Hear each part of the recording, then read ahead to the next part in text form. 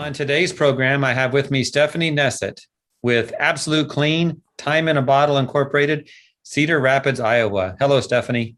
Hi, Jeff. How are you doing? I'm doing good. Hope you are as well. What kind of a company do you run? What is Absolutely Clean and Time in a Bottle? Absolutely Clean is a residential and commercial maid service. And Time in a Bottle is our nonprofit that we started 10 years, probably official. But we started and we clean for families that are undergoing life-threatening illnesses for free. So that was a branch, that was me giving back after my own son had cancer. What we're going to do today is talk about something that's related to your personal life and your business. I understand that you went through a natural disaster, and I learned something by looking into this, an inland hurricane called a derecho. That happened in Iowa. The date was August 10th, 2020, about noon. And the storm, according to what I see in the reports, hit peak gusts of 140 miles an hour. Correct. So you were right in the middle of it. Can you tell us a little bit about that? And by the way, for those watching this, we're going to look at some pictures in a moment. So stick around for that. Well, the scary thing about the day is like a regular hurricane, you have time to prepare. You know about it. You can board up your house. You can, bring everything in and make sure you have food, water, supplies, generators, all of that. We had no notice. So I actually was out and about, and my husband was getting a car, then the sirens went off. We didn't even know why the sirens were going off. So we drove straight home. The minute we drove into the garage, everything just started happening. Usually in Iowa, tornadoes don't really scare a lot of us. We're pretty hardened to them. Tis the season. And most of us will stand on the porch. We go out in the backyard. We're active participants in a tornado, so to speak, just from a visual standpoint. We were looking at the backyard, in about 2 minutes, we went right inside. The winds, it was a very different experience. I've been in many tornadoes.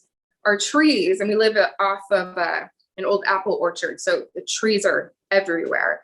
And they would go up like a umbrella, like when you're in the wind and the wind takes your umbrella and it folds it the other way. All of our trees did that for 30 minutes. So up and then down, and then up and then down. It was horrifying. Then we heard a crack. And so then we started hearing more cracks, and it was loud. It was a train. It was sounds I've never heard before. All the trees everywhere were coming down. Then we lost our pine tree, and we started getting the scent of gas along with the pine. So that pine tree sheared our gas meter off of our house, which also opened our gas lines. So gas was just pouring out, and this storm still probably had a good 15 minutes of intensifying and going on. So we were trying to get out of the house because our initial fear was that the power was going to immediately come back on after the storm and we were going to blow up. I mean, the gas was just pouring. So then we go out to our garage, and our pergola, things have fallen in the front. We can't get out of the house. Then we look outside, and all of the trees in our neighborhood have fallen into the street.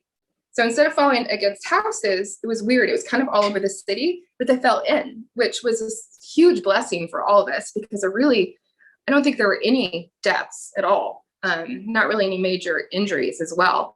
But we did lose most of our tree cover. They say it will take us 65 years to get back our tree cover. And Cedar Rapids was known for trees. I know the local country club lost 10,000 trees and had to pull in a logging company, and the logging companies are still here. So yeah, it was just crazy. Yes, can't imagine. You're right. When a hurricane's coming, you have plenty of time to batten down the hatches and get ready, and you feel surprised. Yeah. Well, let's take a visual tour. You sent me some images, and we'll show those now. Absolutely. Okay. So Stephanie, here's the first picture. Tell us about this. This looks like bad news. This is our building where our business was. Honestly, in the mix of it, it took 2 days for us to get out of our neighborhood. That's how bad it was. We had no 911, no cell service, no power. There was literally no way to communicate with anyone. There was no way to call 911 about our gas meter. It was just a very scary situation. So you can see here, this is probably 3 days after the storm, and they're trying to save the building by putting a tarp up there. But it obviously didn't work. So that building no longer exists. It's just an open field now. So we had to move to a new location. Okay. Here's another picture. I see a person that looks like you, maybe. That is my daughter, Gracie. Her and her fiance were actually in California and getting ready to walk across America for our nonprofit. Because we were in the middle of the pandemic, we couldn't have our carnival, our biggest fundraiser that we have every year. So when her and her fiance decided to walk across America, they also decided to raise funds for Time in a Bottle for us. So they had just packed this huge cooler of food, which ended up being the biggest blessing ever, because we couldn't find food anywhere. And so they immediately just got in the car, loaded everything up, and came to help. Matt also used to work for a forest fire service, and so he's very good with the chainsaw. She is 5'9" and standing next to a pile of trees, which driving through Cedar Rapids still to this day, we still have piles like this. All up and down both streets. It was safety hazards, driving everywhere, because, you know, this is what everybody was dealing with. And this is a very typical situation of almost every house in CR. Yeah, this happened right in the middle of the pandemic. So Yes. Bad timing all around. Yes. Oh, totally. Yes. And here we have you shopping. Honestly, I didn't do much of this shopping. This is me reaching out to our community and fellow business owners and saying, there is no food. I'm worried about my staff. They still need to work. They still want to work, but I need to take care of their basic needs first. And so, like, Jacob of Clean Wash dropped off most of this food over here on the left. We had Guarantee Girls in Louisiana, their restoration company, sent us diapers and wipes. Rita in New Jersey, and us stuff. So this is just other people that I reached out to and helping us get supplies for our staff. Very nice. You have to take care of the basic needs first. Of course. And the basic needs can be most challenging to find, I imagine, in this situation. Oh, for sure. Yeah. Okay. What about these? So we had no power for almost 4 weeks. The one on the left is the end of one of my garden beds. And as we were just going around the yard picking stuff up, I realized that solar lights work still.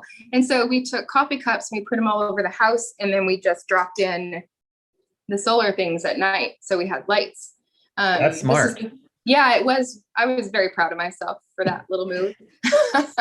Okay. The next picture is Matt, and he's working on our pine tree. And the third picture, we're about to use the Jeep to pull some trees down. Yeah, I have a Jeep myself. I'm not sure if I don't know. Did it work? It did. Yeah. Okay. Those roots are deep. So yeah, we were careful. Well, it's good to know in case I ever need to do that. Yeah. I imagine there's a sad story here. Oh, yeah. Okay. So the one on the left is me looking down the hallway. As you can see, the ceiling back there is gone, and it's just not safe. My office was to the right, that door there to the right. And when we walked in, there was I don't know how to describe it, a big crack in the foundation. And so we realized that it was more precarious than we even imagined with that little crack. So we didn't go much further than that. And this is the one that had the tarp over it in the first picture. Correct. Okay. Yes. And I see you have a few vacuums. Yes. You know, the business is right down by the river, the Cedar River. And so we've had several major floods in this town. And so you learn to prepare for these kinds of situations. So our vacuums are always up. That was very purposeful. But the water came from the ceiling this time. So we lost everything. Yeah. But also somebody looted our building right after this photo, and we came back in, all those vacuums were gone. There was another cleaning service in our building, and I'm to this day hope that she didn't try and plug one in, but or whoever took them. because yeah, they're not safe. Someone might be in for a shock. Yeah, there you go. Talk to us about this. This is a picture of a text, and we have one more after this. Tell us about what's going on with your communications. Well, communication was our biggest challenge. I had already prepared and protected all the rest of the elements that you do in a business. And so at this level, as we get probably 4 days, and we really only shut down for 4 days. And Chrissy, one of my managers, was the only one with power. And so she agreed to run the operation out of her house until I found a new place. This morning, I asked both managers what they were most proud of over what we've accomplished during this time. And this is just what they responded. Communication was very tough, especially with no self-service. And these ladies really care. They care so much. And so not being able to connect with our staff, not being able to connect with our clients was really tough. There was sections of Cedar Rapids that didn't know anything happened unless they drove out of their neighborhood, right? And nobody even really knew. We couldn't call 911. The news couldn't tell us what was going on. I mean, there was nothing. And so it took 4 days for us to be able to really communicate. So I started driving around to certain employees and just knocking on doors, bringing lunch to them, asking if they were okay, making sure that people were okay. Mm-hmm. This picture is at my manager's house, and this was our first day back in the field. We have no uniforms on. We look a little funky, but you have to understand some people have no water, some people have no electricity, but these rock stars still showed up. Nothing matches. We found some extra totes and just rolled with it. The clients that we could connect with, we asked to use their vacuum cleaners, and everybody was really great about it. But you just pivot and do what you can. Yeah. So the jobs you were doing for your clients at this point must have been some cleanup as well as normal cleaning. We didn't do a lot of that. We were just beginning to do some post-construction cleans. So many people in Cedar Rapids are redoing homes, new siding. My neighbor just got her new siding done yesterday. But like our new office, I want offices built within it. It's very open concept, and I talk a lot, so it's not going to work long term. But the price of lumber, everything has just gone through the roof, and it's compounded by the pandemic and compounded by every home in CR needing something done. So there's just not enough supplies, not enough workers for all that this was. But we'll get there. Yes. Well, tell us this, Stephanie, what has this done for you as a business owner? What are some takeaways? What would you do differently? Anything? I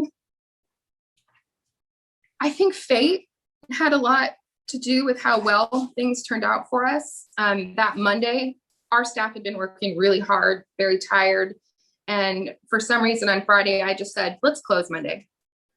Let's give everybody a day off. And Amy was, she has to reschedule everybody. So she wasn't too thrilled with me. But you can just sense when your team needs a break. So we probably would have had deaths had we not shut down, or very severe injuries because we lost our roof, right? And then at the time that the storm hit, most of our staff would have been driving. So intuition. I will never not listen to my intuition again, ever. That I'm a big believer of God whispers, and I feel like that was a very strong one for me. Communication, listening, understanding that your staff's needs come way before anything else that happens, making sure they're okay. I think I trust my staff more now. I think it's allowed me to release a lot more things. And a lot of that is just trusting your instincts. Not everybody has natural instincts, so that, you still have to learn, X, Y, and Z. But I think it can be done. The insurance thing is huge. Having the right insurance is huge. Having the right software is huge. Having cloud-based things. We lost our computers. My accountant was one of the people that showed up with me to take a look in there. She was really nervous.